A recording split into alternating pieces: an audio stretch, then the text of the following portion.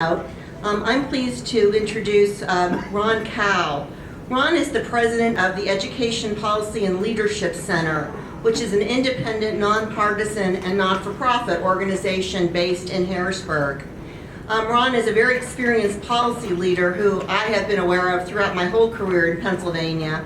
He's a frequent speaker, writer, and consultant concerning education policy issues, and this is actually his second time speaking in RMU this year. He also spoke at a roundtable we had about options in education and the intersection of education and politics. Not like that would ever happen. Ron was also a member of the Pennsylvania House of Representatives for 24 years, and during that time I can tell you he was known as a friend to education, both basic ed and higher ed. While in the legislature, he served as the majority or minority chair of the House Committee on Education, and he also served for 12 years on the Pennsylvania State Board of Education. He now serves on a variety of boards and for both public and private schools, and he's held leadership positions with the Education Commission of the States, the National Conference of State Legislators, and the National Association of State Boards of Education. I'm very privileged to introduce him, and he's going to speak to us about current events in education and public policy. Ron? I didn't know if that was going to cause an echo or anything like that. So, good morning, and Marianne, thanks for the introduction. I do a fair amount of speaking, and sometimes folks do the resume like that or the bio, and sometimes it's even more extensive if they have more time to kill, I guess, and they get into some of the boards that I've been on and continue to be on. And one time I had one of my granddaughters with me, and she said, "Grandpa, what does all that mean?" And I said, "Well, it means I went to a lot of meetings in the last 50 years. Hopefully learned something along the way, certainly developed some opinions along the way. And I've had just a wonderful experience meeting folks, and in this business you create lifelong relationships, and I'm privileged to have a lot of those certainly all over Pennsylvania and around the country as well. I appreciate the opportunity to be the keynoter for this conference and for this conversation that you're having about every student counts, and the label that I asked Marianne to put on my remarks is every student counts. Is that more than just a slogan? Does it really get manifested in public policy as well? I think that's one of the most important issues that's challenging us in these days. A lot of folks talk about some of these education issues as being the civil rights issue of our time. I'm also happy to talk about the issue, address it with you, because it really is core to a lot of the stuff that we do with the Education Policy and Leadership Center. For those of you, some of you know EPLC well. Marianne said that we're independent, nonpartisan, not-for-profit. We're based in Harrisburg, but we do programs all over the state, and my old legislative district, for those of you who know the Pittsburgh area well, was Squaw Hill Tunnel on the one end, had a little bit of Pittsburgh, and then Monroeville Mall on the other end. And I pretty much had everything in between for 24 years, and it was a really diverse district, which again is relevant to today's conversation because the needs of students in those several school districts that I represented, even at that time, were varied from district to district to district. And again, I left the legislature 19 years ago now. I've been doing the EPLC work for these 19 years. Continuing on the point about EPLC though, we do our programs around the state. One of the hallmarks of our work is that we do a lot of stuff, but we do practically nothing without lots of partners. Our whole purpose is to try to improve the development and the implementation of state level education policy. And again, if you go to our website at eplc.org, you'll see that we have three large buckets of activity. One is the information stuff that we do. Sometimes we generate information, sometimes we just repackage what others have generated, but our idea there is to try to get better information into the hands of policymakers and those who would influence policymakers. We have a leadership bucket that is about identifying and nurturing lay leaders and policy leaders who can be champions for important education issues. And we do a variety of programs. We do workshops for school board candidates and legislative candidates. We have something that we call the Parent Community Leadership Institute. And our signature leadership program is a 10-month-long professional development program for education and community and policy leaders called the Pennsylvania Education Policy Fellowship Program. And we're part of a network around the country, but we have what is typically the largest program in the country. We've graduated 498 fellows in the first 17 years. We're working with our current cohort of 32 now. We've been working with them since September. But again, that's the second bucket of activity, leadership. And then the third bucket is around advocacy. And we do some advocacy work ourselves, but more and more of our work, and my time, frankly, is spent working with organizations trying to build their capacity for organizational and individual effectiveness around public policy advocacy issues. So again, you can find more information about EPLC by going to the website. I will note that we currently have 4 projects that we're focusing on.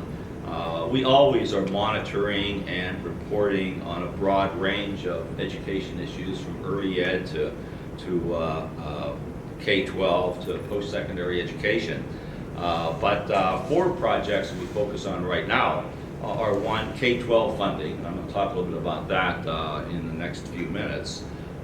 Secondly, for the last 6, 7, 8 years now, we've had an arts education project, and we now serve as we put out a big report in 2012. We now serve as the convener, the coordinator, the leader for a coalition called the Pennsylvania Arts Education Network. And if you have a special interest in arts education, I'd encourage you to take a look at that.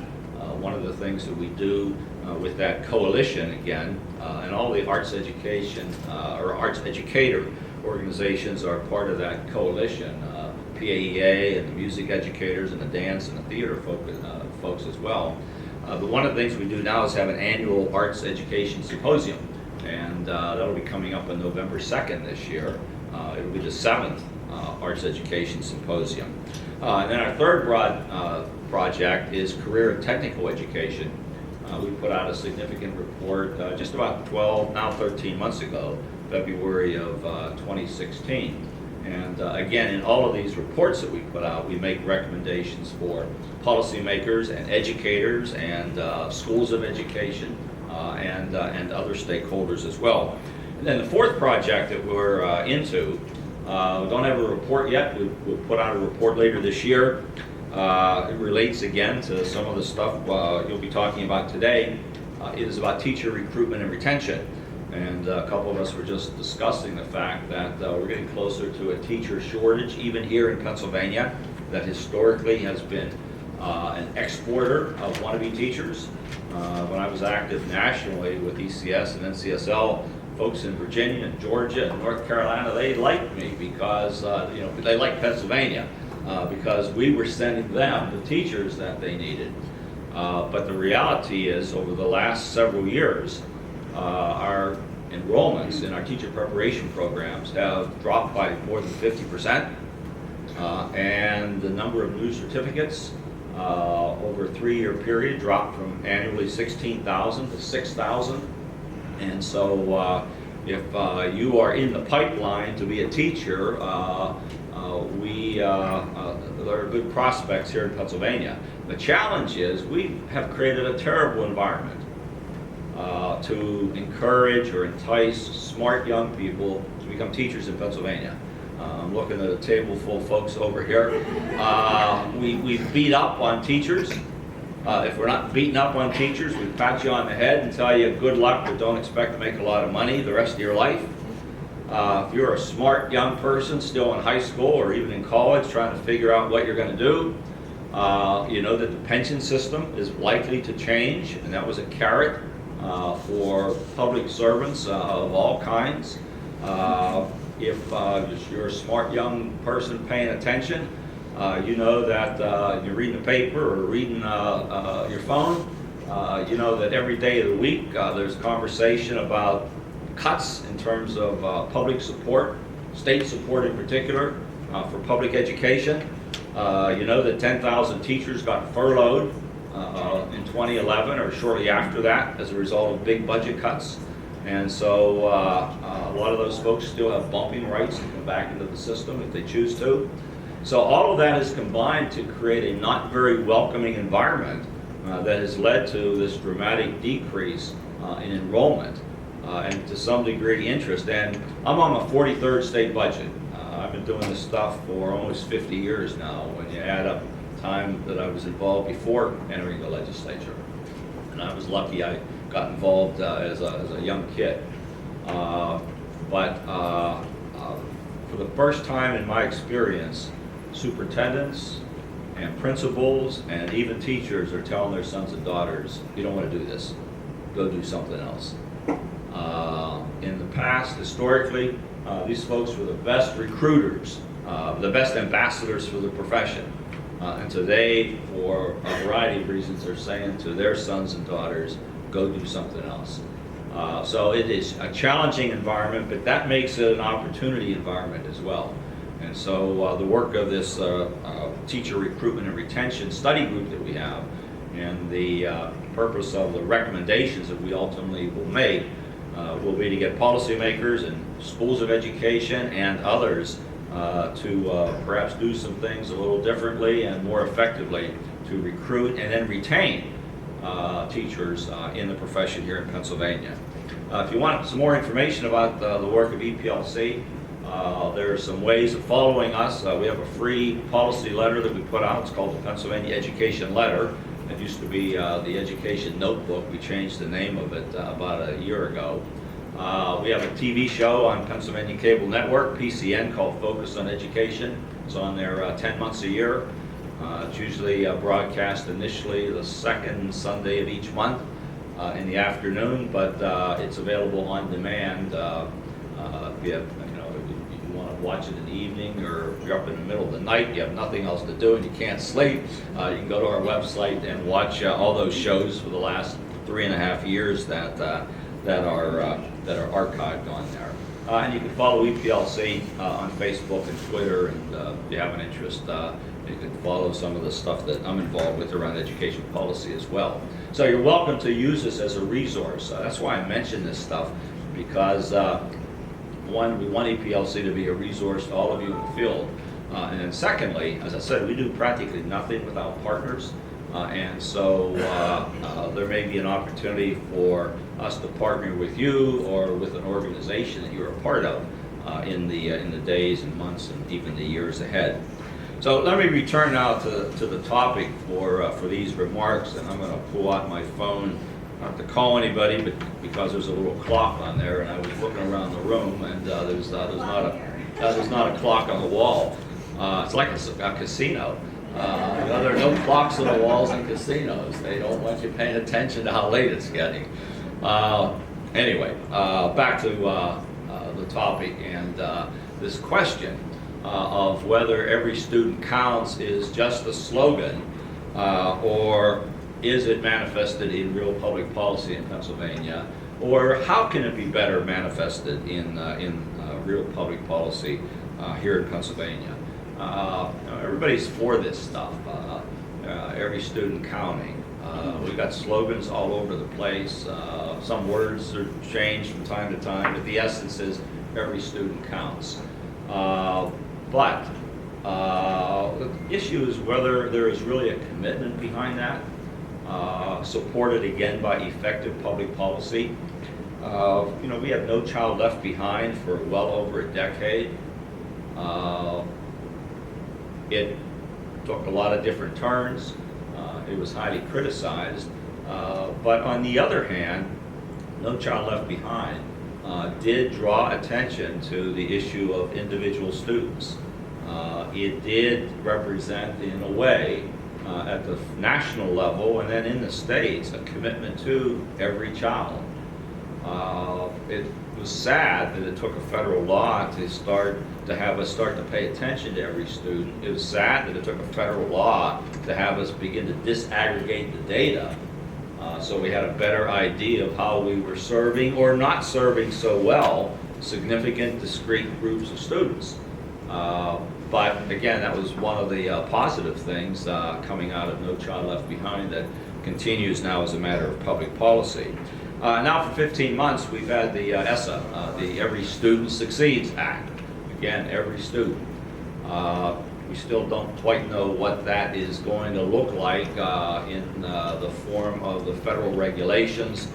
The Congress just pushed back and set aside the regulations that had been proposed by the U.S. Department of Education coming out of the Obama administration. So there are still some huge question marks about what does ESSA actually mean for state policy, and what is it going to mean in terms of school district work and what many of you are doing in your classrooms. But nonetheless, there are some signals that are embedded in the law itself that suggest we're going to give more flexibility to states, more flexibility to school districts, more emphasis on a well-rounded curriculum rather than what turned out to be the unintended consequence of focusing almost exclusively on a limited number of subjects because there was a test attached and therefore accountability attached to that limited number of subjects. I believe Secretary Will Pilar, Deputy Secretary Will Pilar, is going to be with you at lunch, and I would imagine that from the U.S., or excuse me, from the Pennsylvania Department, and I would imagine that Will is going to be talking a bit about the development of the ESSA plan here in Pennsylvania. But that's an important piece of work that's underway. And I think it's important to note that these two federal laws that I just mentioned, as well as other important relevant laws, whether it's the Perkins Act around career technical education, or IDEA around kids with special needs, or some other similar laws, typically have bipartisan support. Certainly No Child Left Behind and ESSA came out of a Republican president and then a Democratic president, supported in a bipartisan way by Republicans and Democrats in the Congress. So there's a lot of bipartisan support, certainly, for this idea of every student counting. And here in Pennsylvania, we've got some history. I'm sorry. We've got some history. We've got 20 years now of academic standards. I remind you, particularly the younger people in the room, you've grown up with standards and state tests. Prior to 1995, we had state tests, but we didn't have standards. And so there was a huge question mark about what we were measuring or measuring against. And this idea of state standards was heavily debated in the 90s. Some of you who are not my age, but a little closer, remember that there was a big debate about whether the state had any business in this at all when we were talking about so-called outcomes-based education. We don't call them outcomes now, we call them standards or expectations. But there was a debate 20 years ago about whether the state had any business about this at all. Now I think there's a pretty strong consensus in Pennsylvania and all the states that there is a public interest in these standards, and for the most part, we've debated Common Core now for the last few years, but for the most part, if you're learning math, it's not different in Pittsburgh than it is in Philadelphia, or Seattle, or Denver, or San Antonio, or New York City. And so this notion of standards, certainly state-specific standards, as we have in Pennsylvania, is pretty well embraced. We again will see how that fits in under the ESSA law and how it's articulated through the state plan that I expect, again, Will Pilar will discuss, and is probably going to be submitted to the feds later on this year. We currently have litigation in Pennsylvania that is focused on some K-12 funding issues, arguing that the state's system is unconstitutional. But at its core is the question about student rights. Do students, every student, does every student have a right to a quality public education that is sufficiently resourced? And so that's another manifestation of a public debate and a policymaker debate, in this case in the courts, around this matter of every student. And just this week we had the U.S. Supreme Court issue a unanimous 8-0 decision that is very important to students with special needs. So again, a lot of activity around this. So this is a very dynamic area where policy is constantly influencing and even shaping what happens on the ground in school districts and in your schools and even in your classrooms. And the other fact that we need to keep in mind is that this student body is more complicated than ever before. I went to school in North Braddock, my elementary years, in North Braddock, the other side of Pittsburgh, for those of you who don't know the region so well. I went to one school for 7.5 years. I had a classmate, Philip. Philip had his arm in a brace. He had been a victim of polio in the late 40s, early 50s. Philip was my classmate for 7.5 years. Philip was it in terms of a special ed student or special needs student in my school for 7.5 years. That was it. Obviously, we've come a long way in terms of making commitments, not just to students with special needs, physical and intellectual special needs, but to a host of other groups of students who have been identified. So the student body is getting more and more diverse. The needs of students are getting more and more diverse. And at the same time, because of this standards-based movement and the demand for more and more accountability from students and educators and the system itself, we've placed more and more expectations on the students, each of them, and the educators and the overall system. We've got an accountability system. Folks argue about more accountability. Some of you know very, very well, we've got more accountability than we've ever had before. The question is, what are we measuring? Why do we have it? Is it the right kind of accountability? What are the consequences attached to it? And on and on. But we've got more accountability in this system than ever before. So as I've taken a look at the sessions that you're going to be a part of, and this is a great, I was going to say curriculum, it is a great program that you have set up today. Some powerful discussions, some great resource people. I'm at the 35 or 50,000 foot level talking about policy issues, but practically all of you in the room are on the ground actually doing this stuff.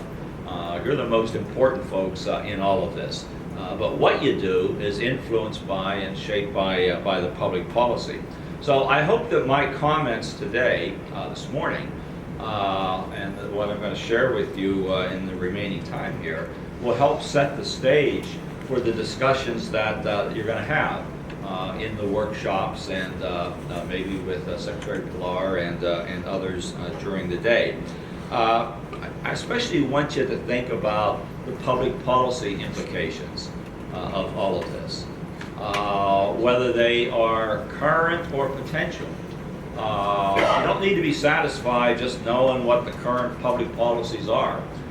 One of the things that this day ought to do, and I certainly hope that my comments can contribute to it a little bit, is to stretch your imagination about the potential of more effective public policy. And then to maybe at the end of the day, leave understanding the policy implications, maybe thinking about what might be or ought to be, and then thinking about what kind of a commitment you can make to actually making a difference. Estimate the influence of any one of you in terms of making a difference. I'll just give a couple of quick examples, not to dwell on this stuff, but I did a lot of work around early intervention.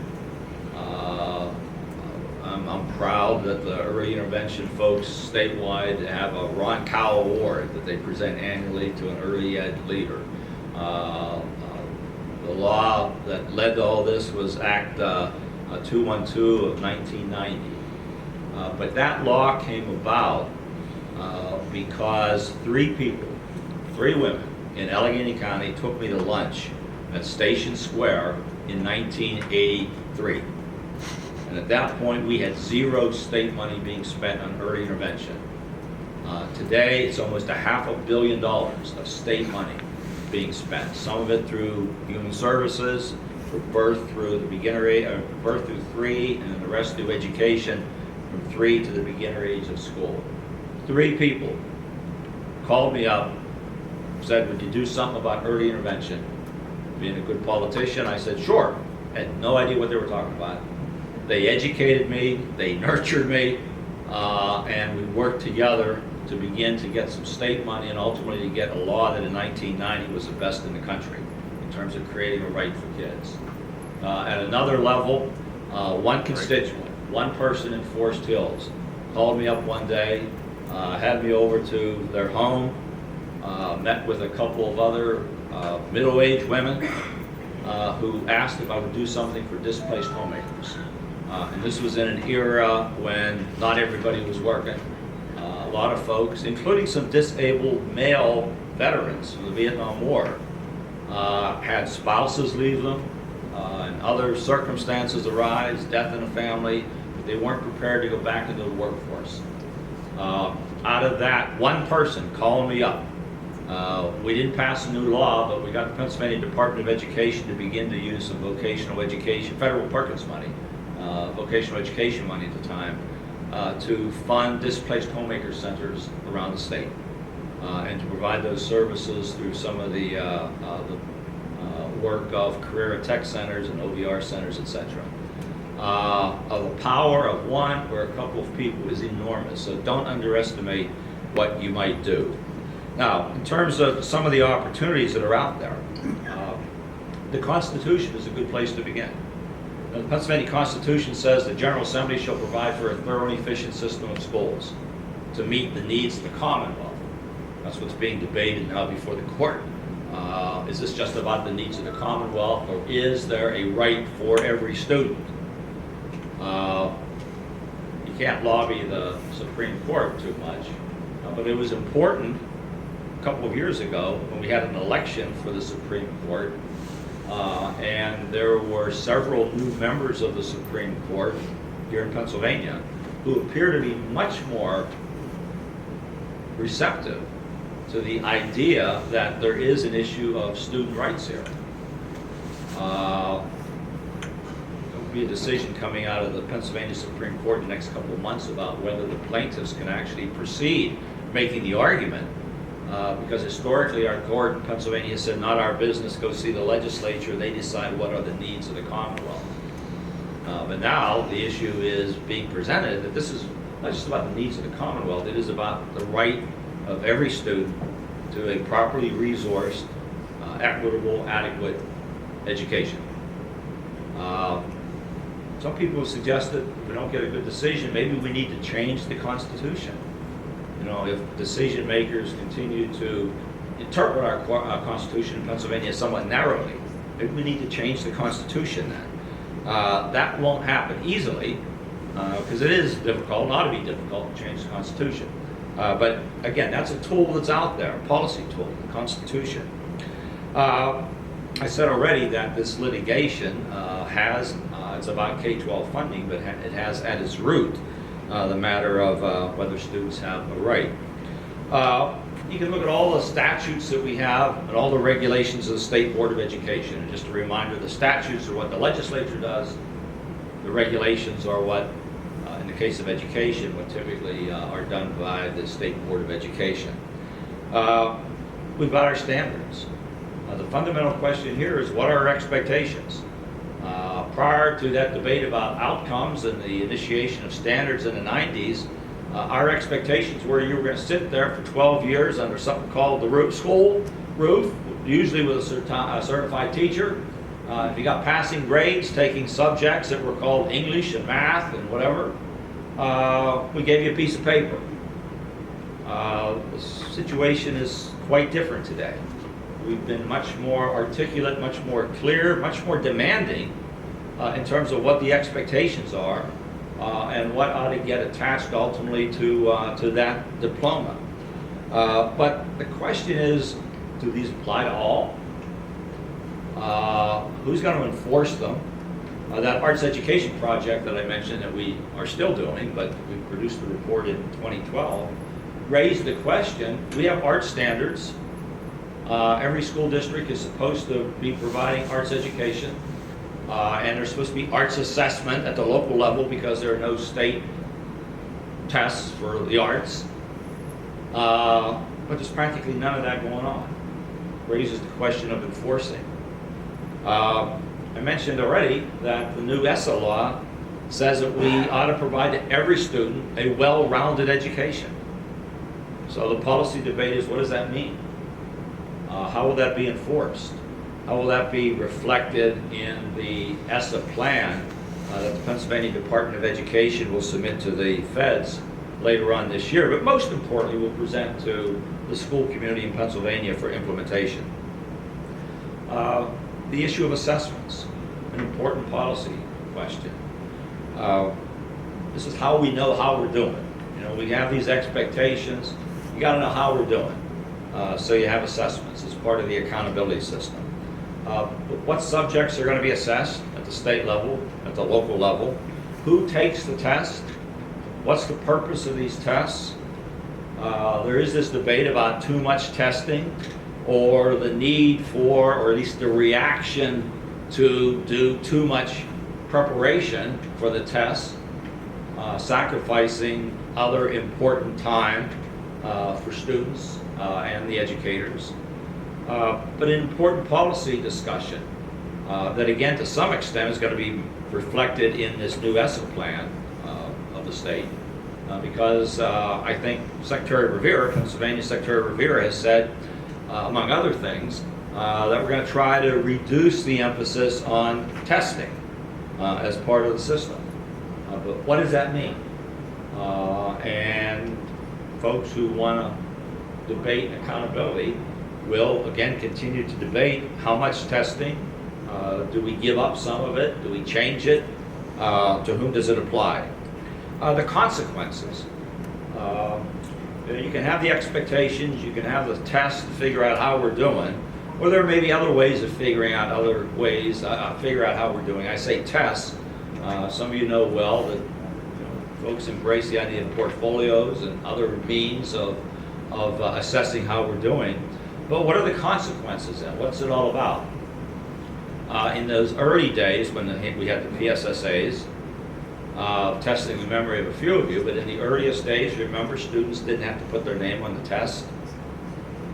It took third graders about a minute to figure out that one.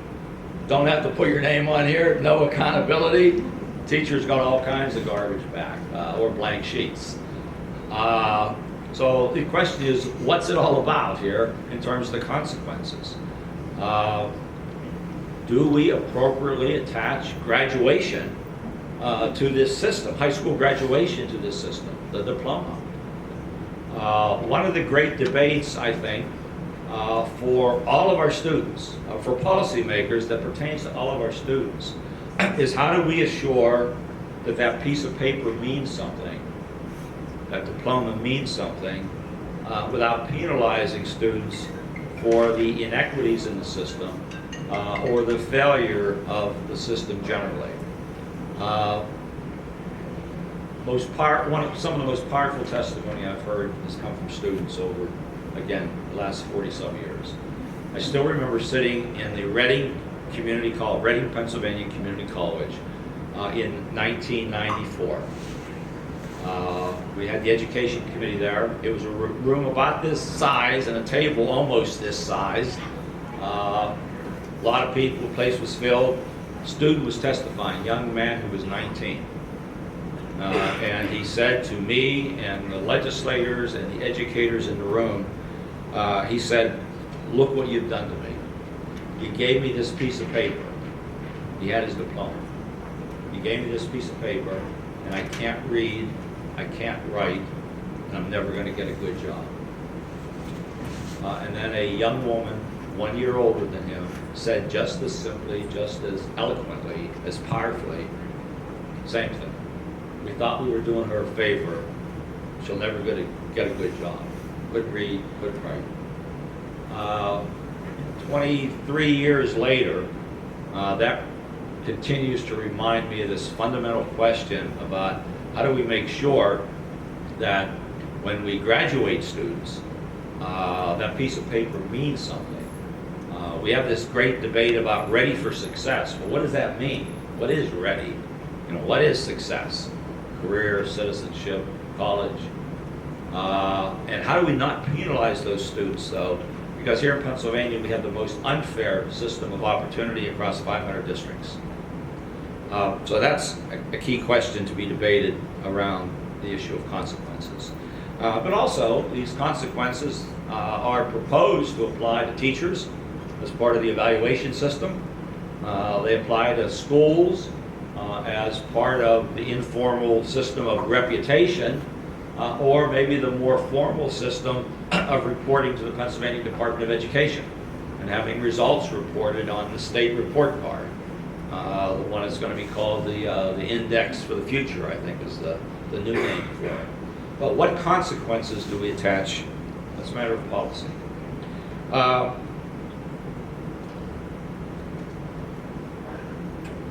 I always want to ask the question because I think it is pertinent. It's almost just a rhetorical exercise, but as we have more and more accountability for students, for the teachers, for the schools, maybe for the system generally, I think it's important to ask the question, do we have accountability for the policymakers, particularly state lawmakers, who have the ultimate constitutional responsibility for assuring this system to meet the needs of the Commonwealth, and I will argue to meet the needs of every student. What that accountability system looks like, I don't know, but I think ultimately it comes back to us as taxpayers and to voters to hold lawmakers accountable. There may not be a report card that is published, but at the end of the day, or at least every 2 years, in the case of House members and 4 years for senators, 4 years for governors, we have a chance to complete the report card for our folks and ask the question, where have they been on these important issues of education and these important issues of serving the needs of every student. There's a question of interventions. What works in terms of intervening? When we have failure or inadequate progress, what works in terms of supporting students? What works in terms of supporting schools? There's a small line item in the state budget this year, and Secretary Rivera was my guest on our TV show about a month ago. We talked a little bit about this there. It's a couple $1 million for a pilot program to identify 3 school districts to do some different kind of intervening to help the districts do better. These are districts that are struggling.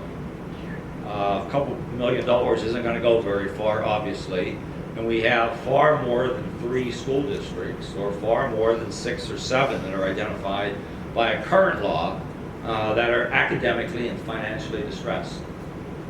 But what works in terms of intervening? We've had the state take over districts. It's taken over Duquesne. It's taken over the Chester Upland district probably a half a dozen times.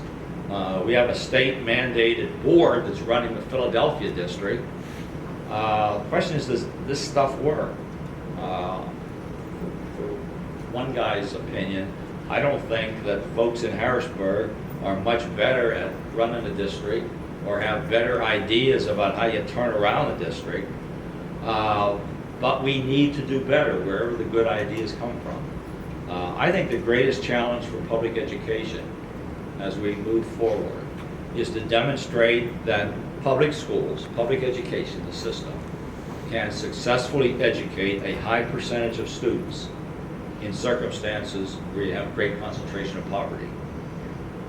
I think for the most part, we ought to be giving the public education system some pretty high marks. But in those circumstances where there is a high concentration of poverty, I think we've been a miserable failure by most accounts. And the question is, how are we going to do better? Because that failure in those circumstances is used as the poster child, if you will, or the whipping boy, I don't know what the right term is here, to attack all of public education. And those are some of the students who are most dependent on effective public policy, students in those circumstances. And there we need to do much better.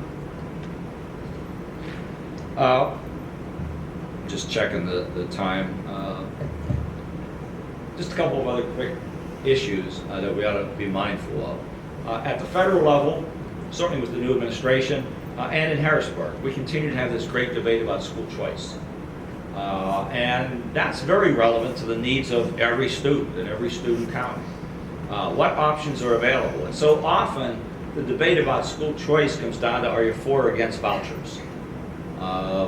Using public money to support kids who are in non-public schools.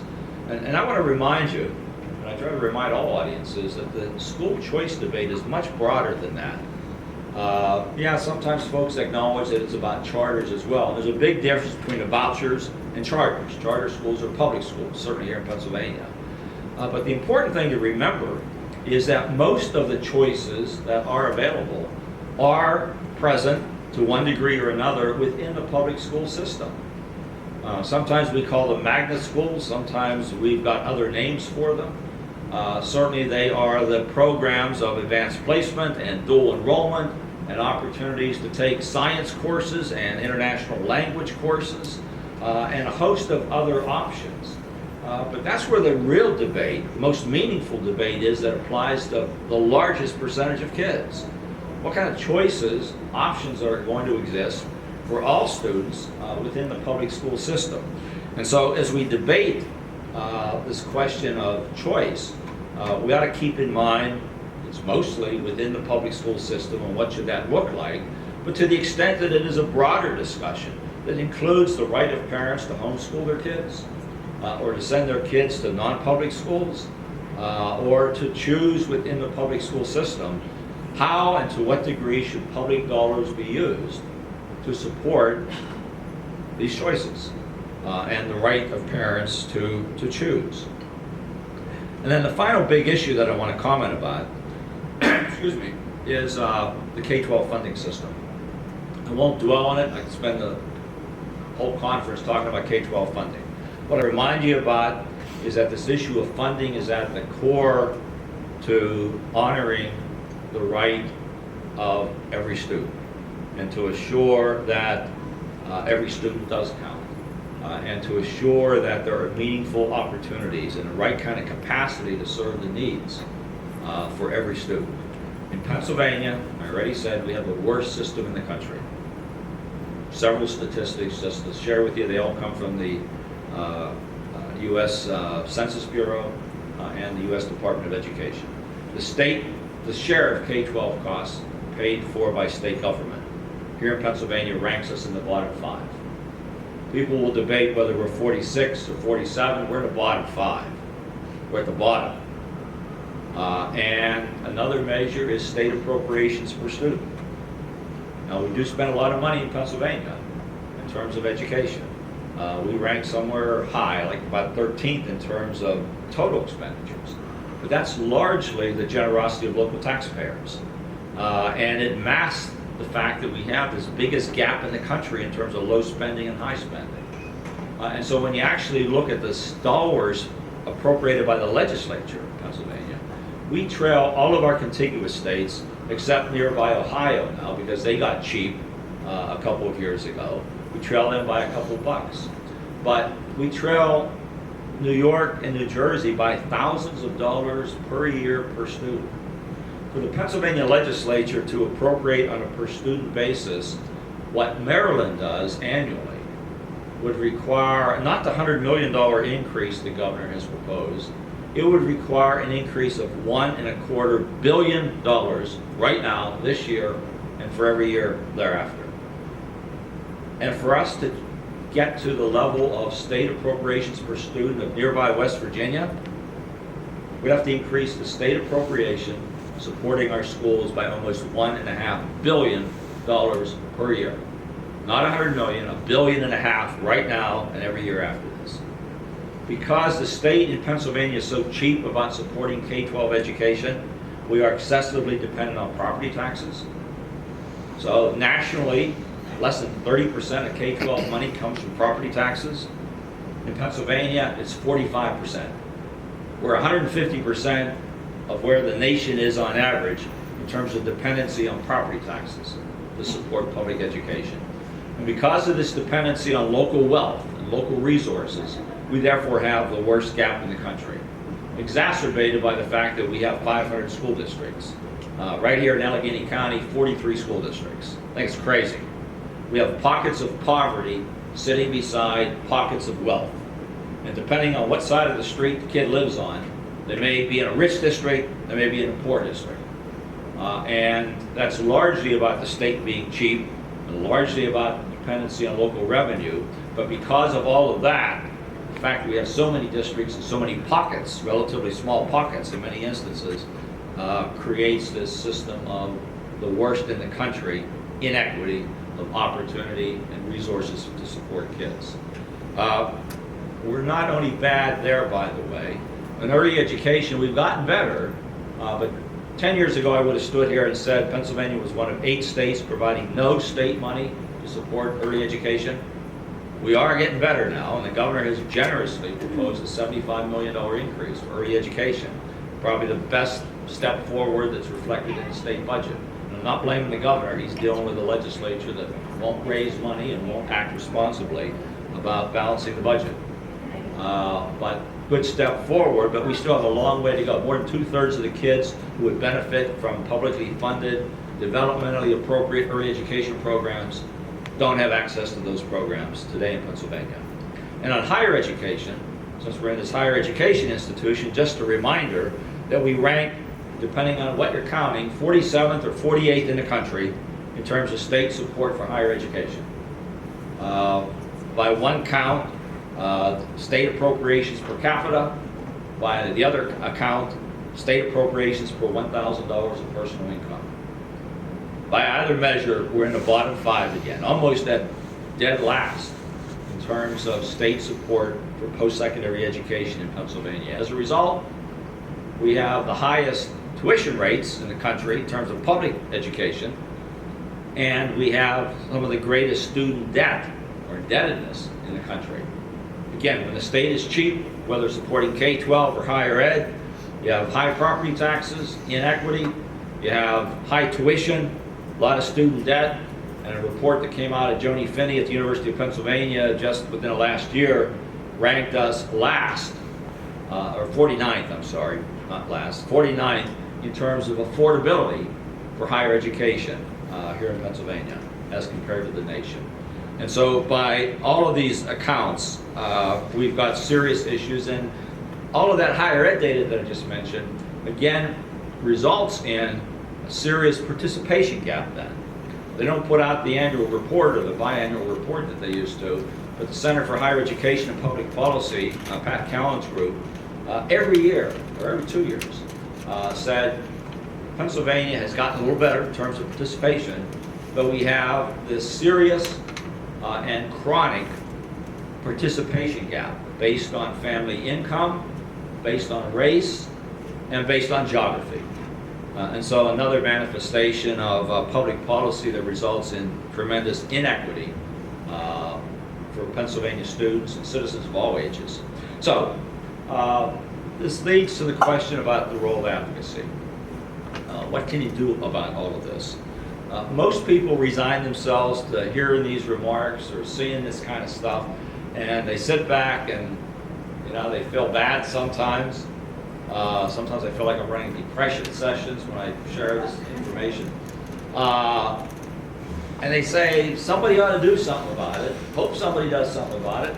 Hope it doesn't get any worse. Hope bad things don't happen. That is a totally insufficient response. Not nearly enough. Especially those of you who are armed with information and are in the midst of this profession and in the midst of this enterprise. You've got a responsibility to do something.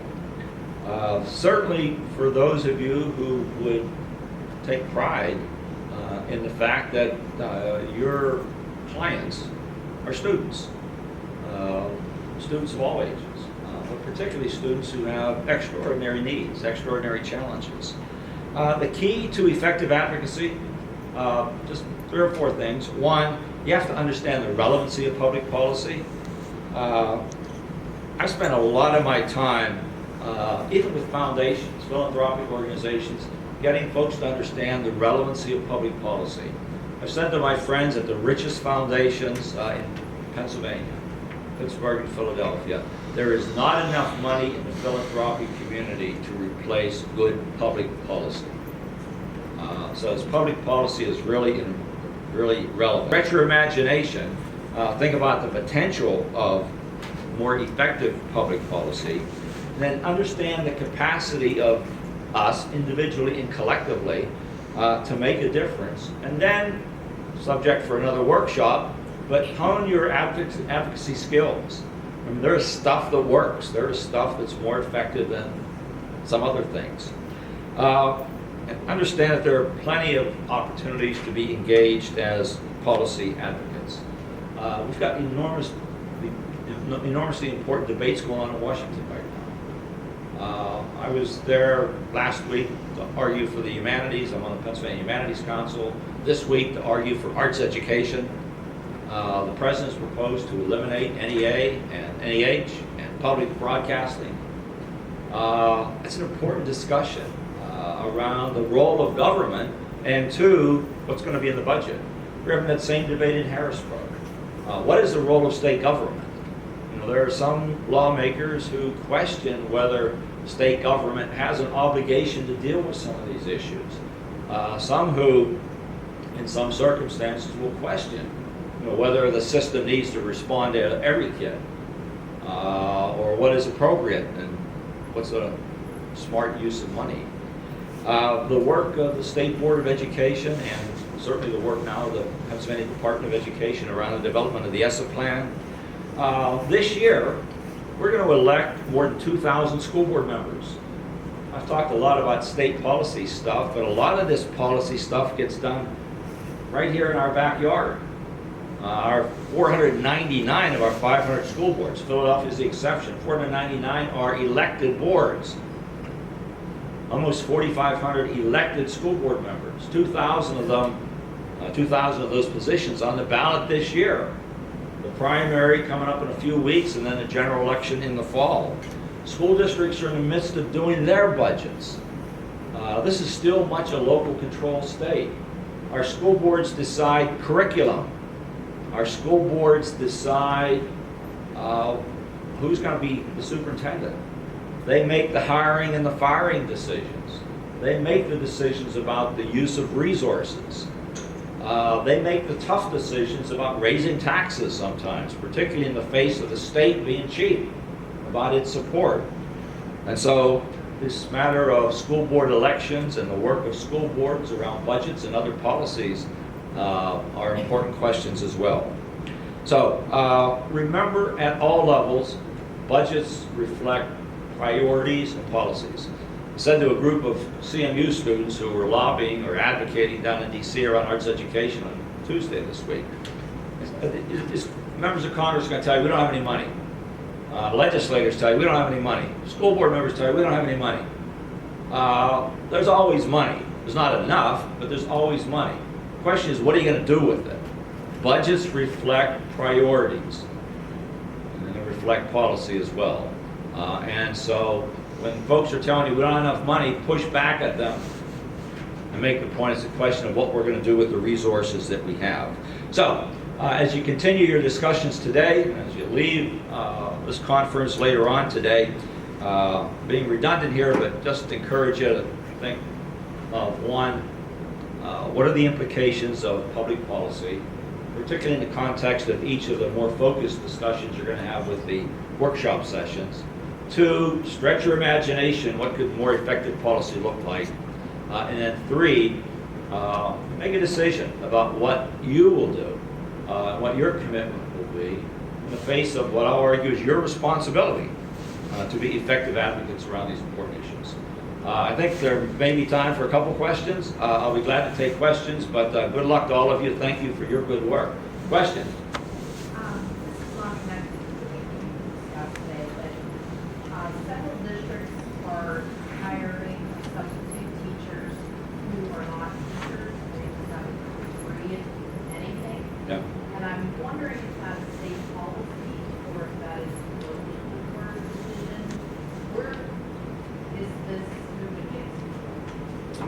Well, it's related to what I mentioned as this growing shortage. And the front edge of that is the shortage with substitutes, trying to find substitutes. You're still supposed to have a certificated teacher in that classroom, but there are exceptions that are allowed under public policy. Will, who's the expert on this in the Department of Education, can better answer your question. But the issue that's being debated even now in Harrisburg, because there's legislation that's been introduced, is to what extent do you give more flexibility to school districts to allow somebody who doesn't have a certificate, the appropriate certificate, in front of the classroom? And what are the appropriate emergencies, and what's the process for determining an emergency? But the short answer is there's supposed to be a certificated teacher at all times, but there are exceptions that are allowed for under law, and that's a big policy debate. What are legitimate exceptions that should be permitted and accommodated? Other questions? Yeah, go ahead. You mentioned the 10-month professional development that you've done before. Our fellows program, huh? Who are those people? Educators, are they public officials? Who are those people that make this? It's a really eclectic group. The last 3 executive directors of the State Board of Education who graduated from the program. The last several presidents of the state PTA graduated from the program. The leaders of PSEA, the last 4 presidents, I think, of PSEA have graduated from the program. Folks who are active with PASBO and PASA. Joe Clapper, former superintendent from not too far from here, and current assistant executive director of the Principals Association, graduated from the program. We've had a number of people from the Department of Ed in there, a couple of legislators over time, some legislative staff, Susan Spicka from Education Voters. So it really is this eclectic group. We've had several deans of schools of education come through the program. Penn State School of Education has 2 people in the program right now. So it really is this mix of folks, but they tend to be education leaders and policy leaders and sometimes some other community leaders.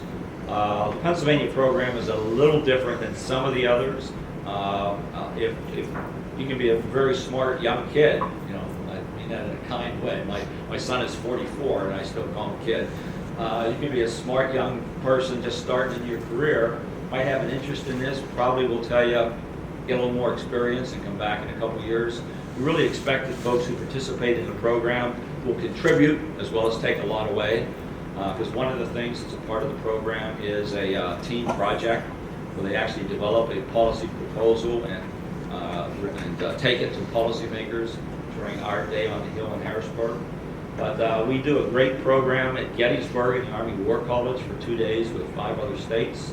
We do a 4-day Washington policy seminar in the spring down in D.C. with almost 300 fellows now from around the country. So if you go on our website, we don't have the new stuff yet. We haven't started to recruit for next year, but you can find some sampling of the speakers. You can find the 498 graduates and what they were doing at the time they were in the program. And you can find the curriculum for the 10 months, so it gives you a sense of the subject matter. Let me ask you a question before we wrap up. I talk about advocacy. How many of you know your state legislators, House member and senator? How many of you can say that your state legislators know you? All right. That business, whether you're talking about your school board member or your legislators or your members of Congress, is about relationship building. I said I do the advocacy stuff in D.C. often. I do a lot of training for folks who want to advocate in Harrisburg. There's always a first time. I appreciate that. But you're not nearly effective if you have to introduce yourself to your lawmaker when you call up and ask for more money or you're asked for something. I'm not saying don't do it, but you are far more effective if you have a relationship where they consider you a go-to person.